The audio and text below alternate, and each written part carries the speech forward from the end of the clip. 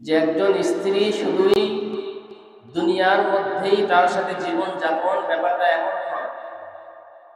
হাসরের মাঠেও এবং জান্নাতেও স্বামী স্ত্রী একত্রেই বসবাস করে। তাহলে আমরা যে বিবাহ বন্ধনে আবদ্ধ হই, এই যে স্ত্রী আমার হইল, সে দুনিয়াতে শেষ না। যে আমার মৃত্যু হয়ে গেল বা আমার স্ত্রীর মৃত্যু হয়ে গেল, আমাদের বিচ্ছিন্ন হয়ে গেল, ব্যাপারটা এমন না। যদি দিনদার হয়, স্বামী এবং স্ত্রী দুজনেই জান্নাতেও বসবাস করে, অনন্তকাল তারা জান্নাতে থাকবে, স্বামী স্ত্রী একত্রেই থাকবে। এই জন্য এই ব্যাপারে আমাদের অধিকাংশ মানুষেরই জানা নেই যে স্ত্রীর প্রতি আমার কি দায়িত্ব আছে। আবার অনেক নারীদের এই কথা জানা নেই স্বামীর প্রতি আমার কতটুকু দায়িত্ব কর্তব্য আছে। এই না জানার কারণে আমাদের মুসলিম ফ্যামিলিগুলো, পরিবারগুলোর মধ্যে অশান্তি বিরাজ করে। স্বামী স্ত্রীর মধ্যে বছরের পর বছর তারা একসাথে বসবাস করে, কিন্তু তাদের মধ্যে কখনোই মনামত হয় না। হয়তো সামাজিক কারণে ছেলে মেয়েদের দিকে তাকিয়ে সংসার করে। এমন অনেক স্ত্রী আছে বারবার একথাই বলে যে আমি তো এই স্বামীর ঘর কখনোই করতাম না, আমার আল্লাহ যেটা সন্তান দিয়েছে তাদের দিকে তাকিয়ে আমি সংসারটা করতেছি। এরকম বলে কিনা? তাহলে এবার বলেন, এই কথা যে নারী বলে, তাহলে স্বামীর প্রতি কি তার কোনো ভালোবাসা বলেন, দায়িত্ব বলেন, কর্তব্য বলেন, কোনো কিছু কি আছে? কোনো কিছুই নেই। আবার অনেক স্ত্রী কথা বলে, এই স্বামীর আমি সংসার করতেছি সামাজিক কারণে, আমার বাবা মার অনেক সম্মান, আমার ভাইদের অনেক সম্মান, আমি যদি এখান থেকে চলে যাই তাহলে আবার বাবা মার ওকে চুনকালি লাগবে, এই ভয়ে আমি সংসার করতেছি, না হয় এই লোকের সংসার আমি করতাম।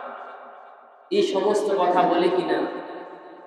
তাহলে বলেন, তাহলে মন থেকে সে সংসার করে না, তাহলে তার স্বামীর প্রতি তার দায়িত্ব কর্তব্য কি, এবং ইসলাম কতটুকু দায়িত্ব দিয়েছে তাকে স্বামীর আনুগত্য করা, এই বিষয়গুলি না জানার কারণেই আজকে আমাদের মধ্যে অশান্তি বিরাজ করে।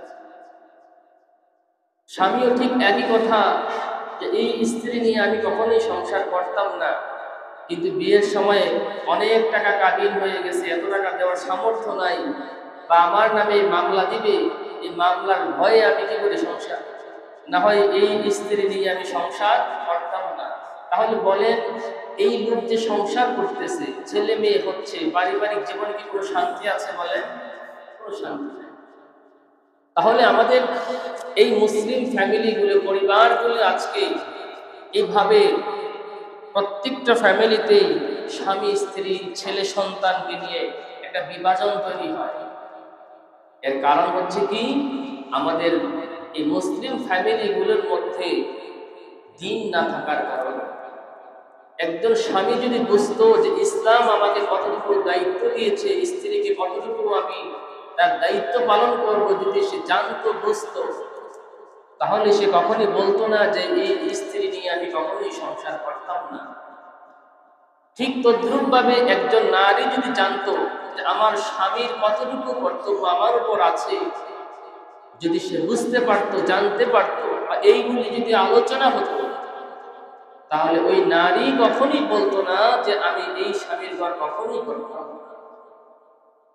স্বামী যেমনই হোক, শিক্ষিত হোক, মূর্খ হোক, টাকা পয়সা যেমনই ইনকাম করুক, সে আল্লাহর উপর সন্তুষ্টি করে সে স্বামীকে শ্রদ্ধা সম্মান করে। মানুষের সামনে স্বামীকে ছোট করতে পারে। এমন হাজারো অনেক নারী আছে যারা তার স্বামীকে হেয় করে কথা বলে, মানুষের সামনে ছোট করে। কিন্তু ওই স্বামী যদি জানতো যে তার, ওই স্ত্রী যদি জানতো যে তার স্বামী তার উপরে কতটুকু অধিকার আছে, তাহলে সে কখনই তার স্বামীকে ছোট করে কথা বলবে।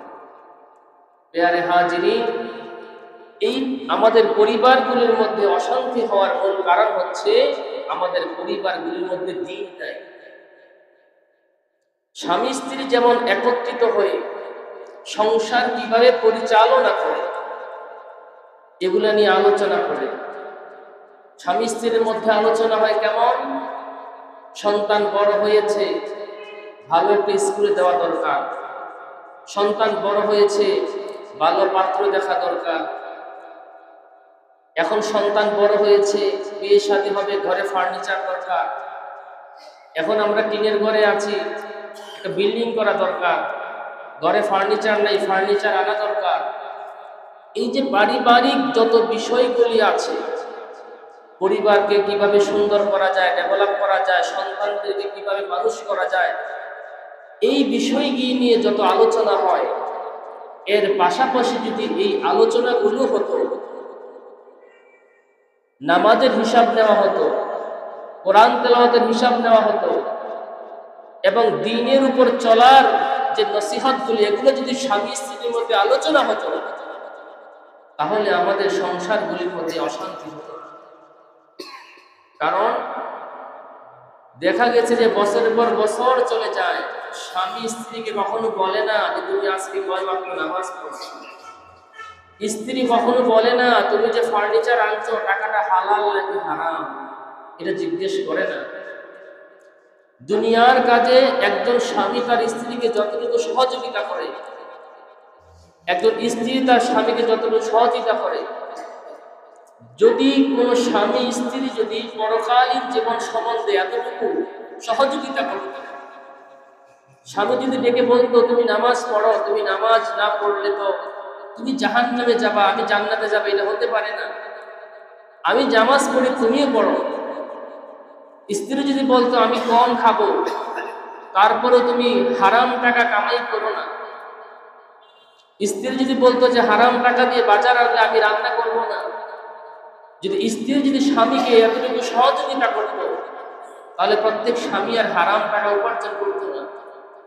স্বামী যদি স্ত্রীকে এতটুকু বলতো তুমি নামাজ না পড়ে রান্না করলে আমি খাবো না, তাহলে ওই স্ত্রী বেনামাজি কখনোই হতো না।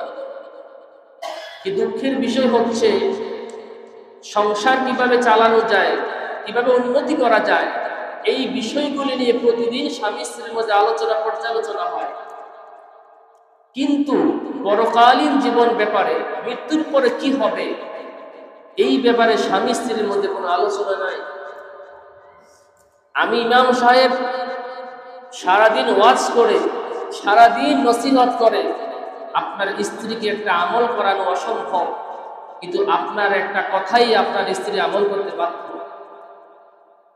ঠিক তদ্রুপ ভাবে আমি সারা জীবন ওয়াজ করেও একটা মানুষকে হারাম থেকে হালাল পথে আনা সম্ভব না, কিন্তু একটা স্ত্রী চাইলেই তার স্বামীকে হালাল পথে পরিচালনা করতে পারে।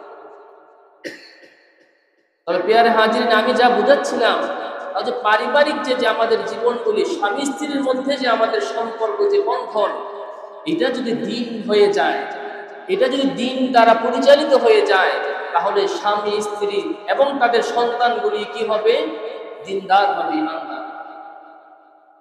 এজন্য পারিবারিক জীবনগুলো আমাদের খুব গুরুত্বপূর্ণ বহন করে ইসলামী পথে চলার জন্য। আমি নসিহত করতে পারবো, এর বেশি কিছু না, কিন্তু আপনি আপনার স্ত্রীকে কি করতে পারবেন? শাসন করতে পারবেন, আদর ভালোবাসা দিয়ে, সব কিছু দিয়ে আপনি তাকে ইসলামের পথে আনতে পারবেন। আমি আপনার সন্তানকে নসিহা করতে পারবো, একজন আলেম তাকে নসিহা করতে পারবে, কিন্তু তাকে টেনে টেনে নিয়ে যেতে পারবে না। কিন্তু একজন বাবা তার সন্তানকে টেনে টেনে মসজিদে আনতে পারবে, একজন বাবা একজন মা তাকে টেনে টেনে জান্নাতের পথে নিয়ে যেতে পারবে। এই জন্য আমাদের পরিবারগুলির মধ্যে দিন হওয়া দরকার, দিনের বুঝ থাকা দরকার। আর যদি দিনের বুঝ থাকে, তাহলে আমাদের স্বামী স্ত্রীর মধ্যে কখনো অশান্তি হবে না, এবং সন্তানগুলি মানুষ করতে একেবারেই সহজ। এজন্য পেয়ারে হাজিরিন, স্ত্রীর একটা সৎ স্ত্রী যারা, এবং প্রতিটি স্ত্রীর এই দায়িত্ব, ন্যায়সঙ্গত যত কাজ আছে এই কাজে স্বামীকে সহযোগিতা, ন্যায়সঙ্গত যত বিষয় আছে এই বিষয়গুলি স্ত্রী কি করবে? স্বামীকে সহযোগিতা করবে। এটা হচ্ছে স্বামীর স্ত্রীর 1 নম্বর দায়িত্ব। তিরমিজি শরীফের 1159 নম্বর হাদিস শরীফের মধ্যে এসেছে, রাসূল করিম সাল্লাল্লাহু আলাইহি ওয়াসাল্লাম বলেন যে কোনো মানুষ যদি কোনো মানুষকে সিজদা করার বিধান থাকে, আমরা সিজদা করি কাকে? একমাত্র আল্লাহ। তো যদি এই হুকুম থাকতো, এই বিধান থাকতো যে মানুষ কোনো মানুষকে সিজদা করতে পারবে, তো আল্লাহ রাসূল বলেন আমি প্রত্যেক স্ত্রীকে, নারীদেরকে বলে দিতাম তাদের স্বামীদেরকে তারা যেন সিজদা করে। তাহলে বোঝেন যে একজন স্বামীর কতটুকু অধিকার আছে একটা স্ত্রীর উপর। যদি এই বিধান থাকতো যে কোনো মানুষ কোনো মানুষকে সিজদা করতে পারবে, তাহলে প্রত্যেকটা নারীর এই দায়িত্ব হতো যে তুমি প্রতিদিন তোমার স্বামীকে সিজদা করবে। অনেক নারী আছে আফসোস, স্বামীকে 2 টাকার মূল্য দেয় না, তুচ্ছ তাচ্ছিল্য করে। কিন্তু এইগুলি করলে পরিবারে অশান্তি হয় এবং আল্লাহ তাআলা অসন্তুষ্টি হয়ে যায়। এজন্য গুরুত্ব বোঝানোর জন্য বলা হয়েছে যে স্বামীর অধিকারটা কত বেশি স্ত্রীর উপরে। যদি এরকম হতো তাহলে আমি বলে দিতাম তোমরা তোমার স্বামীদেরকে সিজদা করো। ইবনে মাজাহ শরীফের 1862 নম্বর হাদিসে এসেছে, রাসূল করিম সাল্লাল্লাহু আলাইহি ওয়াসাল্লাম বলেন, আল্লাহ রাসূল বলেন যদি কোনো স্বামী তার স্ত্রীকে এই আদেশ দিত তুমি কালো পাহাড় থেকে পাথর কুড়িয়ে কুড়িয়ে মাথায় বহন করে লাল পাহাড়ে নিয়ে যাবা, আবার লাল পাহাড় থেকে পাথর মাথায় করে তুমি কালো পাহাড়ে নিয়ে যাইবা, যদি এমন হুকুম কোন স্বামী তার স্ত্রীকে দিত তাহলে ওই স্ত্রীর উপর তা পালন করা অপরিহার্য হয়ে যেত। যদি এটা করা যাবে না, কিন্তু যদি এমনও হয় কোন স্বামী তার স্ত্রীকে বলে তুমি মাথায় পাথর বহন করে অনেক দূর নিয়ে যাইবা, যদি স্বামী তাকে অর্ডার করে স্ত্রীর উপর এটা অপরিহার্য, এটা পালন করে। হাদিস শরীফের মধ্যে এসেছে মুআয ইবনে জাবাল রাদিয়াল্লাহু তাআলা আনহু শাম দেশ থেকে এসে আল্লাহ রাসূলের পায়ের মধ্যে সিজদা করে ফেললেন। আল্লাহ রাসূল বলেন, মুআয, আল্লাহ ব্যতীত কাউকে সিজদা করা জায়েজ না, তুমি কেন আমার পায়ে সিজদা করলে?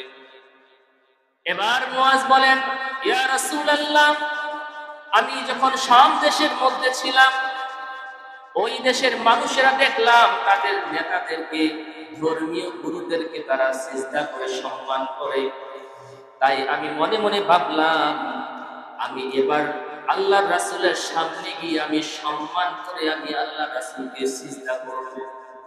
আল্লাহর রাসূল নিষেধ করে দিলেন, মুআয তুমি কখনো এটা করো না। যদি মানুষ হয়ে কোনো মানুষকে সিজদা করা জায়েজ হতো তাহলে আমি প্রত্যেক নারীকে বলে দিতাম তাদের স্বামীকে সিজদা করার জন্য। মুআযকে বলেন তুমি আমাকে সিজদা করো না। যদি মানুষ হয়ে কোনো মানুষকে সিজদা করার যদি বিধান থাকতোই তাহলে আমি প্রত্যেক নারীকেই বলে দিতাম তার স্বামীকে সিজদা করার। তাহলে বোঝেন একজন স্বামী কতটুকু অধিকার আছে তার স্ত্রীর। হাদিস শরীফে এসেছে রাসূল করিম সাল্লাল্লাহু আলাইহি সাল্লাম বলেন, কোন নারী যদি তার স্বামীকে কষ্ট দেয়, স্বামীর যদি কোনো হক আদায় না করে, আর যদি ওই স্বামী রাতের বেলা ঘুমিয়ে যায় স্ত্রীর উপর অসন্তুষ্টি থেকে, তাহলে সারা রাত ফেরেশতারা ওই স্ত্রীকে লানত দিতে থাকে। অনেক মা বোনের এমন আছে মোবাইল টিপতে টিপতে ঘুমিয়ে যায়, স্বামীর কোনো খবর থাকে না, এবং অহেতুক কারণে স্বামীর সাথে রাগারাগি করে তখন কি করে দূরত্ব বজায় রাখে। বজায় রাখার ফলে স্বামী যে অসন্তুষ্টি হয়ে রাতের বেলা ঘুমিয়ে গেল, তো আল্লাহ রাসূল বলেন ওই রহমতের ফেরেশতারা ওই স্ত্রীকে সারা রাত লানত দিতে। আরেক হাদিসের মধ্যে এসেছে রাসূল করিম সাল্লাল্লাহু আলাইহি সাল্লাম বলেন, কোন স্ত্রী কখনোই তার স্বামীর হক আদায় না করে তার রবের হক আদায় করতে পারে না। স্বামীর হক আদায় করে নাই সে, কিন্তু তার রবের হক আদায় তার দ্বারা কখনো সম্ভব না। যদি কোনো স্বামী, যদি কোনো স্ত্রী তার স্বামীকে আঘাত করে, কষ্ট দেয়, অবাধ্য থাকে, এবার ওই স্ত্রী যতই তাহাজ্জুদ নামাজ পড়ুক, যতই নফল রোজা রাখুক, যা কিছু আমল করুক, আল্লাহর দরবারে তা কবুল হয় না। তবে ন্যায়সঙ্গত হতে হবে। স্বামী যদি মদ খায়, গাঁজা খায়, বিভিন্ন অনইসলামিক পথে চলে, ওটা ভিন্ন কথা। কিন্তু স্বামী যদি সৎ থাকে, স্বামী যদি শরীয়ত বিরোধী কোনো কাজে আদেশ না করে, তাহলে ওই স্ত্রী যদি তার অবহেলা অবজ্ঞা করে, যদি স্বামীকে কি করে কষ্ট দিয়ে আঘাত করে, তাহলে সে যতই নামাজ পড়ুক, কোরআন তেলাওয়াত করুক, জিকির আজকার করুক, আল্লাহর দরবারে তা কবুল হয় না। হাদিস শরীফে এসেছে, রাসূল করিম সাল্লাল্লাহু আলাইহি সাল্লাম বলেন, স্বামীর হক আদায় না করে কোনো নারী রবের হক আদায় করতে পারে না। এজন্য আমাদের মা বোনদেরকে এই বিষয়গুলি বুঝাতে হবে, বলতে হবে। অনেকে আছে জানে না বিষয়গুলি, স্বামীর কদর কতটুকু, এগুলা না জানার কারণে, না বোঝার কারণে হয়তো অনেক বেয়াদবি করে, অনেক ভুল ভ্রান্তি করে ফেলে। এজন্য আমাদেরও দরকার এই বিষয়গুলি নিয়ে আলোচনা করা দরকার। দুনিয়ার জিন্দেগি সুখে দুঃখে ভালো মন্দ কেটে যাবে, কিন্তু এই বিষয়গুলি কিন্তু পরকালীন জীবনে পাহাড় হয়ে দাঁড়াবে। এই জন্য প্রত্যেকটি নারীকে এই বিষয়গুলি খেয়াল রাখতে হবে, খেয়াল করতে হবে, যেন কখনোই স্বামীকে অনর্থক ভাবে কষ্ট না দেয়। স্বামীর হক যেন পরিপূর্ণভাবে সে আদায় করে, কারণ স্বামীর হক আদায় করা ছাড়া রবের হক আদায় করতে পারবে না। এজন্য প্রত্যেকটা স্ত্রী মা বোনদেরকে এই বিষয়গুলি বুঝাতে হবে এবং বলতে হবে স্বামীর অধিকার কতটুকু তোমার উপরে আছে। হাদিস শরীফের মধ্যে এসেছে, রাসূল করিম সাল্লাল্লাহু আলাইহি ওয়াসাল্লাম বলেন, কোন নারী যদি 5 ওয়াক্ত নামাজ সঠিকভাবে আদায় করে আর রমজান মাসে রোজা রাখে এবং তার লজ্জাস্থানের হেফাজত করে এবং স্বামীর আনুগত্য করে, হাসরের মাঠে ওই নারীকে বলা হবে, তোমার যেই দরজা দিয়ে ইচ্ছা ওই দরজা দিয়ে তুমি জান্নাতে প্রবেশ করো। নারীদের জান্নাতে যাওয়া একেবারেই সহজ, কারণ নারীরা তো ফ্যামিলিতে থাকে। একটা পুরুষের যে দায়িত্ব রয়েছে, তার স্ত্রীর দায়িত্ব, তার সন্তানদের দায়িত্ব, টাকা পয়সা ইনকাম করা, হালাল কি হারাম, বহুত ঝামেলা আছে। কিন্তু নারীদের একেবারেই সহজ। আল্লাহ রাসূল বলেন, কোন নারী যদি 5 ওয়াক্ত নামাজ সঠিকভাবে আদায় করে, রমজান মাসে রোজাগুলি রাখে আর তার সতীত্বের হেফাজত করে আর স্বামীর আনুগত্য করে, এতটুকু করলেই আল্লাহ তাকে এমন স্পেশাল ভাবে সম্মান করবে যে তোমার যেই দরজা ইচ্ছা ওই দরজা দিয়ে তুমি জান্নাতে প্রবেশ করো। হাদিস শরীফে এসেছে, রাসূল করিম সাল্লাল্লাহু আলাইহি সাল্লাম বলেন, কোন নারী যদি মারা যায় এই অবস্থায় যে তার স্বামী তার প্রতি সন্তুষ্ট, ওই নারী মৃত্যুবরণ করার সাথে সাথেই সে জান্নাতে প্রবেশ করে। কোন নারী এই অবস্থায় মারা গেল যে তার স্বামী তার প্রতি সন্তুষ্ট, তো আল্লাহ পাক রব্বুল আলামিন তার ছোটখাটো ভুল ভ্রান্তি ক্ষমা করে দিয়ে আল্লাহ তাকে জান্নাত দিয়ে দেন। মৃত্যুর সাথে সাথেই তাকে জান্নাত দিয়ে দেন। তাহলে একজন নারীদের জান্নাতে যাওয়া একেবারেই সহজ, কিন্তু আল্লাহ রাসূল বলেন অধিকাংশ নারীরাই জাহান্নামে যাবে। আর অধিকাংশ নারীরা জাহান্নামে যাবে এই কারণেই যে তারা তাদের স্বামীর আনুগত্য করে না। আল্লাহ রাসূল সাল্লাল্লাহু আলাইহি ওয়াসাল্লাম বলেন, কোন স্বামী যদি তার স্ত্রীকে দেখে যদি সে সন্তুষ্টি হয় এবং তার চক্ষু শীতল হয়, তাহলে আল্লাহ তাআলা ওই নারীর উপর অসংখ্য অগণিত রহমত বর্ষণ করে থাকে। সুবহানাল্লাহ। কিন্তু আমাদের মা বোনদের অবস্থা কেমন? স্বামীর সামনে সাজসজ্জা করে না, স্বামীর সামনে ঘরের মধ্যে যত ময়লা নোংরা কাপড় আছে এগুলি পরে থাকে। আর যদি মার্কেটে যেতে হয়, বিয়ের অনুষ্ঠানে যেতে থাকে, আত্মীয় স্বজনের বাসায় যেতে হয়, একেবারে সাজসজ্জা করে দামি দামি শাড়ি কাপড় পরে তারপরে তারা বেরোয়। অথচ আল্লাহ রাসূল কি বললেন যে যেই নারী স্বামীর সামনে সাজসজ্জা করবে, এমন ভাবে সাজবে যে সাজটা স্বামী পছন্দ করে, স্বামী যদি স্ত্রীকে দেখে তার সন্তুষ্টি পায়, আল্লাহ তা ওই স্ত্রীর উপরে অসংখ্য অগণিত রহমত বর্ষণ করতে পারে। আর আমরা স্ত্রীরা কি করি? স্বামী সারাদিন আয় রোজগার করে কত কষ্ট করে যখন রাতের বেলা ঘরে ফিরে সে একটা বায়না ধরে বসে, চোখ মুখ কালো করে রাখে, মনে হয় যে বিশাল কিছু হয়ে গেছে ঘরের মধ্যে, অভিযোগ করতে শুরু করে। অথচ স্বামী আসছে, তার দরকার ছিল একটু সাজসজ্জা হয়ে সবকিছু গুছিয়ে রেখে তার সামনে দাঁড়ানো। আর আমাদের মায়ের বোনেরা কি করে? স্বামী যখন ঘরে ফেরার সময় হয় আর তখন তাদের সমস্ত অভিযোগগুলি সামনে আসে। সারাদিন কি হয়েছে, মা কি করেছে, বাবা কি করেছে, ভাই কি করেছে, দেবর বাসর কি করেছে, যত রকমের অভিযোগ আছে এই অভিযোগগুলি আমরা দাঁড় করি। তখন এই একটু বেচারা সারাদিন টাকা পয়সা ইনকাম করার জন্য অফিস আদালত করে আসছে, ব্যবসা বাণিজ্য করে আসছে, আবার ঘরে এসে দেখে এই তো কাবজা। তখন ওই লোকের অবস্থাটা কি হয় বলেন? এজন্য পরিবারগুলিতে দিন দরকার। একটা স্ত্রী যদি দিনদার হতো তাহলে সব অভিযোগ একদিকে, আমার স্বামী তো সারাদিন ক্লান্ত শ্রান্ত হয়ে আসছে, পরিশ্রম করে আসছে, আগে আমি তাকে আগে একটু শান্তি পাকছে, পরবর্তীতে যা অভিযোগ আছে আমি তা পেশ করি।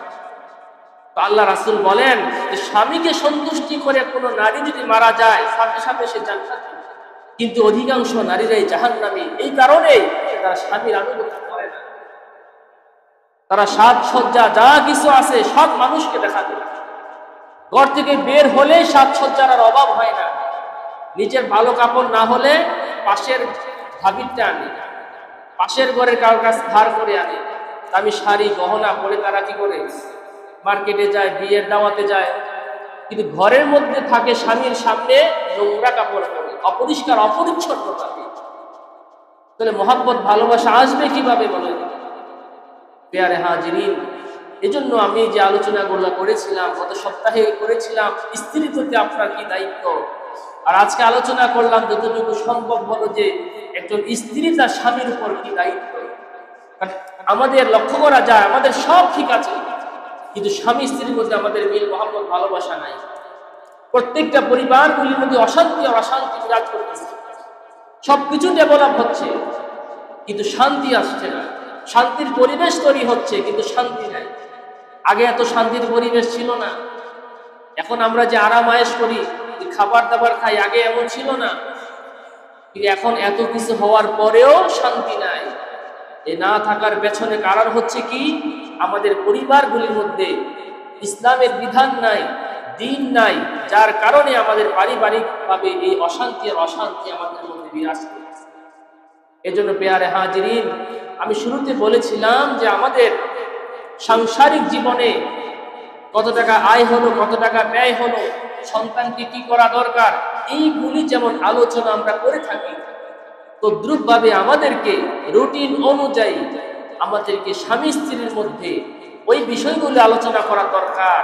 যে আমরা নামাজ পড়ি কিনা, আমি যে নামাজ পড়লাম 5 ওয়াক্ত, আমার স্ত্রী পড়ে কিনা, আমি জান্নাতে যাব নামাজ পড়ে, আমার স্ত্রী তো জাহান্নামে যাচ্ছে, তাকে কিভাবে ফেরানো যায়, এই বিষয়গুলো আলোচনা হওয়া দরকার। আমার স্ত্রী কোরআন পড়তে পারে কিনা, আমার সন্তান কোরআন পড়লো কিনা, নামাজ পড়লো কিনা, এই বিষয়গুলি নিয়েও আমাদের গুরুত্বপূর্ণ আলোচনা করা দরকার। কারণ একজন ইমাম সাহেব, একজন মাওলানা ওয়াজ করে আপনার স্ত্রীকে হেদায়েত করতে পারবে না, একজন স্বামী তার স্ত্রীকে করতে পারবে। ঠিক তদ্রূপভাবে একজন স্ত্রীও তার স্বামীকে চাইলেই সেই ইসলামের পথে চালাতে পারে। এজন্য এই বিষয়গুলি আমাদের আলোচনা হওয়া দরকার। প্যারে হাজিরিন, আল্লাহ রাসূল সাল্লাল্লাহু আলাইহি ওয়াসাল্লাম বলেন, এক হাদিসের মধ্যে এসেছে, হযরত আলী রাদিয়াল্লাহু তাআলা আনহু ফাতেমা রাদিয়াল্লাহু তাআলা আনহাকে বলেন তুমি তো সারাদিন কাজ করতে করতে তোমার অবস্থা এমন হয়ে গেছে। আগের যুগে আটা করার জন্য কি বলে ঘুরিয়ে ঘুরিয়ে আটা করত, ওই চাকি ঘুরাতে ঘুরাতে ফাতেমা রাদিয়াল্লাহু তাআলা আনহার হাতে ঠোসা পড়ে গেছে। কলস দিয়ে অনেক দূর থেকে পানি আনতে হয়, আনতে আনতে কোমরের মধ্যে দাগ পড়ে গেছে। ঝাড়ু দিতে দিতে পোশাক নষ্ট হয়ে যায়। আলী রাদিয়াল্লাহু তাআলা আনহু এগুলি খেয়াল করলেন। এবার আলী রাদিয়াল্লাহু আনহু বললেন ফাতেমাকে যে, ফাতেমা তুমি এবার তোমার বাবার কাছে গিয়ে যাও, তোমার বাবার কাছে কিছু কাজের লোক আসছে, ওখান থেকে একটা কাজের লোক তুমি নিয়ে আসো, তোমার পারিবারিক কাজগুলিতে তোমার সহযোগিতা হবে। এবার ফাতেমা রাদিয়াল্লাহু তাআলা আনহা গেলেন বাবার কাছে, পারিবারিক কাজের সহযোগিতার জন্য একজন কাজের লোক ঠিক করে আনবে। ফাতেমা রাদিয়াল্লাহু তাআলা আনহা গিয়ে দেখেন নবীজির সামনে অনেক সাহাবায়ে কেরাম বসে আছে, গুরুত্বপূর্ণ আলোচনা করতেছে। এবার ফাতেমা রাদিয়াল্লাহু তাআলা আনহা কিছু না বলে চলে আসলেন। আসার পর দিন এবার আল্লাহর রাসূল ফাতেমার ঘরে আসলেন। ও আমার কলিজার টুকরা ফাতেমা, গতকালকে তুমি কেন আমার কাছে গিয়েছিলে, কিছুই বললে না, না বলে চলে আসলে, এবার বলো। এবার ফাতেমা রাদিয়াল্লাহু তাআলা আনহা বলেন, আমার বাবাজি সারাদিন আমি কাজ করতে করতে আমার হাতে ঠোসা পড়ে গেছে, আমার শরীরে দাগ পড়ে গেছে, এজন্য আমি আপনার কাছে গিয়েছিলাম। আমার পারিবারিক কাজের জন্য একটা কাজের লোক দরকার, আমার পারিবারিক কাজে সে সহযোগিতা করবে আমাকে, এই জন্য আমি গিয়েছিলাম। এবার আল্লাহ রাসূল বলেন, ফাতেমা তুমি তোমার পরিবারের কাজ করবে, তোমার স্বামীর সেবা করবে, তোমার সন্তানকে তুমি লালন পালন করবে, পারিবারিক জীবনে যত কাজ আছে তুমি নিজ হাতে করবে, এটাই তোমার জন্য কল্যাণকর। আমাদের মা বোনেরা কি ফাতেমার চেয়ে বেশি দামি? আল্লাহ রাসূল কি বলেন, তোমার স্বামীর যে কাজ আছে এটা তুমি করো, নিজ হাতে করো, সন্তানকে নিজ হাতে খাওয়াও, নিজ হাতে রান্না করো, এটাই কল্যাণ।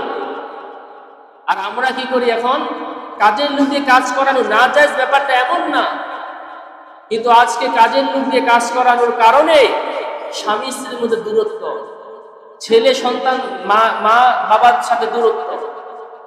কোন স্বামী স্ত্রী যদি স্বামীর কাপড় ধুয়ে দেয়, স্ত্রী যদি স্বামীর রান্না করে খাওয়ায়, ওই স্বামী অটোমেটিক স্ত্রীর প্রতি একটা ভালোবাসা জন্মায়।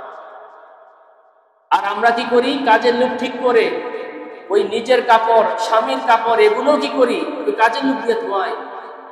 এটা তো একটা লজ্জারও বিষয় থাকে যে আমার যে কাপড়গুলি আমি পরিধান করি, আমার স্বামী পরিধান করে, এই কাপড়গুলি আমি আরেকজনকে ধোয়াচ্ছি, এটা কেমন কথা? এটা তো একটা লজ্জাশীলতার বিষয় থাকে।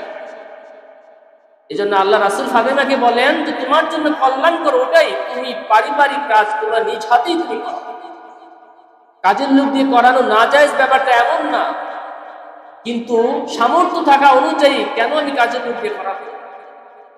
এটা স্বামীর প্রতি আনুগত্য কমে যায়, স্বামীর প্রতি তার দায়িত্ব কমে যায়। তো সে কি করে না, স্বামীর প্রতি কেয়ার করে না, কাপড় একদিকে রেখে দেয়, কাজের লোক এসে সকালে ধুইবে, সন্তানদের কাপড় চোপড় কাজের লোক দিয়ে ধোয়ায়, তখন সন্তানকে লালন পালন খাওয়ানো সব কাজের লোক দিয়ে করায়। এই সন্তান আর মায়ের প্রতি কি থাকে না, মহব্বত ভালোবাসা থাকে না। এই জন্য আল্লাহ রাসূল নিষেধ করলেন তুমি তোমার পারিবারিক কাজগুলি কাজের লোক দিয়ে করাইও না, তুমি নিজ হাতে করো, স্বামীর সেবা যত নিজ হাতে করো, সন্তানদের সেবা যত নিজ হাতে করো, এটাই তোমার জন্য কল্যাণকর। এরপরে আল্লাহ রাসূল একটি আমল দিয়ে দিলেন, ফাতেমা তুমি রাতের বেলা ঘুমানোর সময় 33 বার সুবহানাল্লাহ, 33 বার আলহামদুলিল্লাহ, 34 বার আল্লাহু আকবার, এই আমলটা তুমি করবে, করলে তোমার সারা দিনের যত পরিশ্রম আছে সব পরিশ্রম আল্লাহ তাআলা দূর করে দিবেন। সুবহানাল্লাহ। এজন্য আমরা প্রত্যেকে আমাদের মা বোনদেরকে এই আমলটা দেব যে ঘুমানোর সময় 33 বার সুবহানাল্লাহ, 33 বার আলহামদুলিল্লাহ, 34 বার আল্লাহু আকবার, এই আমলটা যদি করে আল্লাহ রাসূল বলেছেন যে তুমি সারাদিন যে কষ্ট করলা, কষ্ট করার পরে যখন রাতের বেলা ঘুমানোর সময় এই আমলটা করে ঘুমিয়ে যাইবা, সারাদিনের পরিশ্রম আল্লাহ তাআলা কুদরতিভাবে তোমার থেকে দূর করে দেবে। এই জন্য পেয়ারে হাজিরিন, পারিবারিক বন্ধন এমন একটা বন্ধন, এটা শুধু দুনিয়ার জীবনের জন্য নয়, পারিবারিক বন্ধনটা একেবারে আপনাকে জান্নাত পর্যন্ত পৌঁছে দিবে যদি পরিবারটা কি হয়, ইসলামী পরিবার হয়। এজন্য পারিবারিক জীবন অত্যন্ত গুরুত্বপূর্ণ বহন করে আমাদের জীবনের প্রতিটা মুহূর্তে। অনেক মানুষ আছে দেখেন, তার কোটি কোটি টাকা, বাড়ি গাড়ি সবকিছু আছে, কিন্তু সন্তান দিয়ে শান্তিতে নাই, স্ত্রী দিয়ে শান্তিতে নাই, তার জীবনটাই বৃথা হয়ে যায়। এই জন্য পারিবারিক শান্তির প্রয়োজন আছে। পারিবারিক শান্তি টাকা পয়সা দিয়ে কিনতে পারবেন না। এই শান্তি আনতে হবে ইসলামের রীতিনীতি অনুসরণ করে। এজন্য যদি আমরা পারিবারিক শান্তি চাই, তাহলে যেভাবে বললাম যে আমাদের আয় উন্নতি, ভালো মন্দ সবকিছু যেমন আমরা ঘরোয়া পরিবেশে আলোচনা করি স্বামী স্ত্রী বসে, ঠিক তদ্রুপ ভাবে আমাদেরকে আমল আখলাক নিয়ে আমাদেরকে আলোচনা করা দরকার। স্ত্রীর ভুল হলে ধরিয়ে দিতে হবে যে এটা তুমি ঠিক করো নাই, এটা ভবিষ্যতে আর করো না। স্বামী যদি উল্টা পথে চলে যায়, স্ত্রীও ঠিক তদ্রুপ ভাবে কি করবে, তাকে এটা বলে দিবে। আল্লাহ রাসূল সাল্লাল্লাহু আলাইহি সাল্লামের যখন মন মানসিকতা ভালো থাকতো, মুড ভালো থাকতো, তখন আয়েশা সিদ্দিকা রাদিয়াল্লাহু তাআলা আনহা এসে বলেন, ইয়া রাসূলুল্লাহ, আপনার যখন মন ভালো, আমি আপনার কাছে একটা জিনিস চাইবো। আল্লাহ রাসূল বলেন যে তুমি চাও আয়েশা। আয়েশা বললেন যে আল্লাহ রাসূল, আমার জন্য কি দোয়া করেন। তো আল্লাহ রাসূল দোয়া করলেন যে আল্লাহ, তুমি আমার আয়েশার আগের পরের জানা অজানা, ইচ্ছা অনিচ্ছা সমস্ত গুনাহগুলো তুমি মাফ করে দাও। আল্লাহ রাসূল হাসতে, আয়েশা সিদ্দিকা রাদিয়াল্লাহু তাআলা হাসতে লাগলেন। এবার আল্লাহ রাসূল বললেন যে আয়েশা, আমার এই দোয়া কি তোমাকে আনন্দ দেয়? ইয়া রাসূলুল্লাহ, অবশ্যই আনন্দ দেয়। আপনি আমার জন্য এই দোয়া করেছেন, অবশ্যই আমি এই দোয়া আমাকে আনন্দ দেয়। তো আল্লাহ রাসূল আরেকটা কথা বললেন যে আয়েশা, তুমি কি জানো তোমার জন্য আমি যে দোয়াটা করলাম, আমি প্রতিদিন প্রতিটা মুহূর্তে আমার উম্মতের জন্য এই দোয়াই করি যে আল্লাহ আমার উম্মতের আগের পরের জানা অজানা সব গুনাহ আপনি মাফ করে দাও। সুবহানাল্লাহ।